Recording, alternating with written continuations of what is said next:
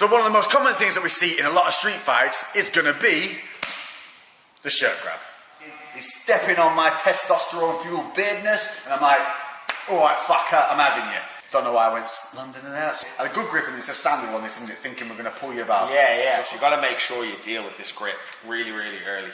Again, especially Lex is a pretty big guy, so I don't want him hanging on to me here for too long and swinging me around. So I'm going to have to get rid of that grip nice and early. First thing I'm going to look to do is I'm going to make sure that I take my right hand, pop it on top of his hand, okay? Really important here that I catch at the baby finger, okay? It's the weakest part of the grip.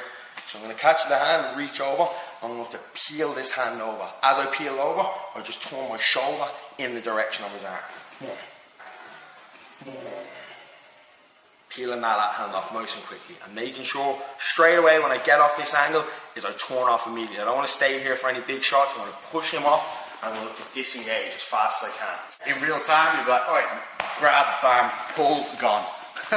Now, one more little thing to add to that. What would you do if you know they're going to hit you straight off this shot? I'm going to make sure I get my head off this center line. I don't want to leave my head in this line where, again, if that strike's coming, I'm going to eat it. I'm going to make sure the second I grab the shot, I'm pulling my head out with that. He's always going to throw it directly to where my head last was. So we're going to make sure that head is off. As I break, I'm pulling that head off, pushing off, disengaging quickly. So there you have it. That's the first break and escape. Now for the fun one, the break and batter.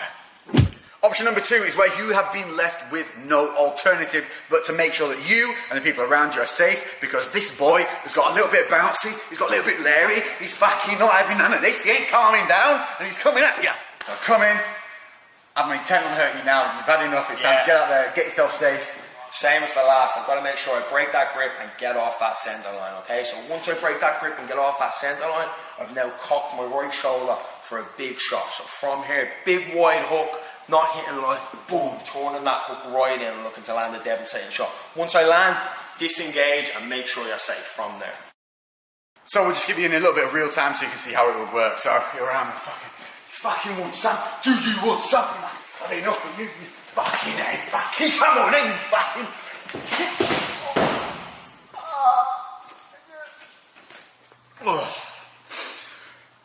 Okay, so common thing number 2 would be what is commonly seen. You got a fucking throat grab. So we've seen it, we've all seen it, we've come in and they've grabbed your throat. And immediately a lot of people here will panic, you'll just see them pull this face. What's your solution? So, yeah, you're going to find a lot of work trying to reach in at that wrist and trying to fight at the hand here.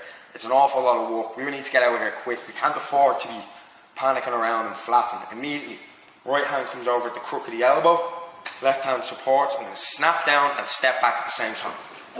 Disengage. Body weight, hips down, body through, boom. So you're stepping back, weight down. Snap. I'll grip quite tight there. You can see you've got nice and red. And I'm going to hold. No chance. No chance. You need to remember as well, on a grip like that on the neck, it's not really much of a grip. There's nothing on the back holding my neck, and I can always go backwards. It's more of a squeeze. Okay, it's just slightly uncomfortable. All you've got to do, arm straight over the crook of the elbow, support it with my left hand, and snap down violently. If I'm here, I'm just not making sure you're off balancing. So there's your break and escape. Break and batter.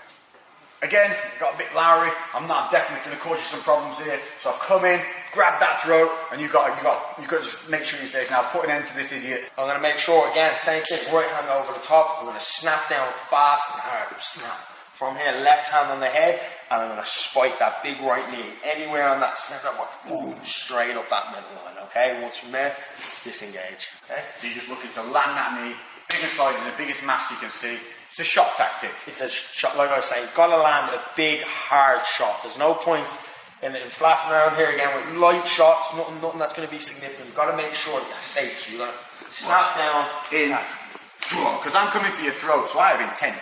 You know, at this point, to cause you harm. So, in real time, so you guys can see what it will be like.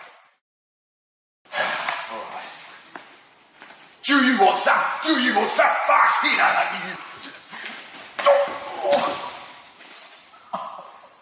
it's good. Yeah. Okay.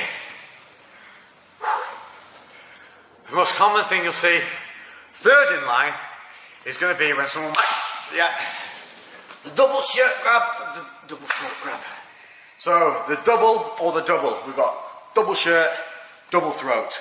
Now we're going to show you it from the double throat because this is the most confrontational side of it. Here we're a little bit safer. We're not actually having any physical harm at this point. If there's hands on the throat, it's a little bit immediate danger. Yeah, most definitely trying to get out of here, okay? So the second they've got those two hands on the neck, it's going to be very hard to fight two hands at once. Yeah, I've got a good grip now. There is more of a grip on this. Yeah, definitely. And if he's big, he's going to crush our neck here pretty quickly, okay? So we've got to make sure that I bring both my hands on the inside to widen this grip. It's strong when it's together. Bringing it in and punching those hands in. From here, I'm going to push on Lex's chest, but as I push, he's going to go back. I have to make sure that I slide back as well, okay? So I don't want to stay here and punch in and try to push him and he stays there. He's solid. I'm going to make sure, punch in and push out as well. So that's the, nice break and escape. Breaking bad. So in. So has he got to put it down again? He's got a bit Lowry. He's come at you. Same thing. Punching inside, breaking that grip, okay? From here, we're going to take a double tie clinch, two hands on the neck, okay? From here, I'm going to look to headbutt Lex's nose. I'm making sure that I headbutt with this top part, that comb over part of my hair, lowering myself, driving straight into the nose. I pull his head onto the headbutt, driving it, okay? Little things to note on that tie clinch.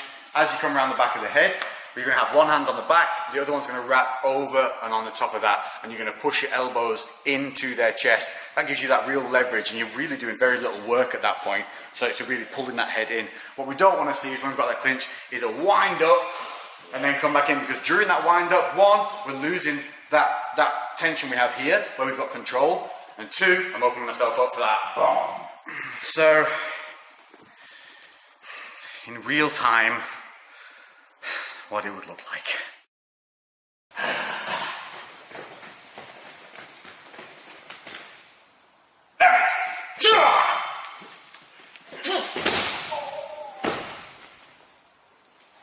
Yeah. Yeah, it works. Right, well, there you have it. Cheers, Scott. No problem, I definitely feel like I've learned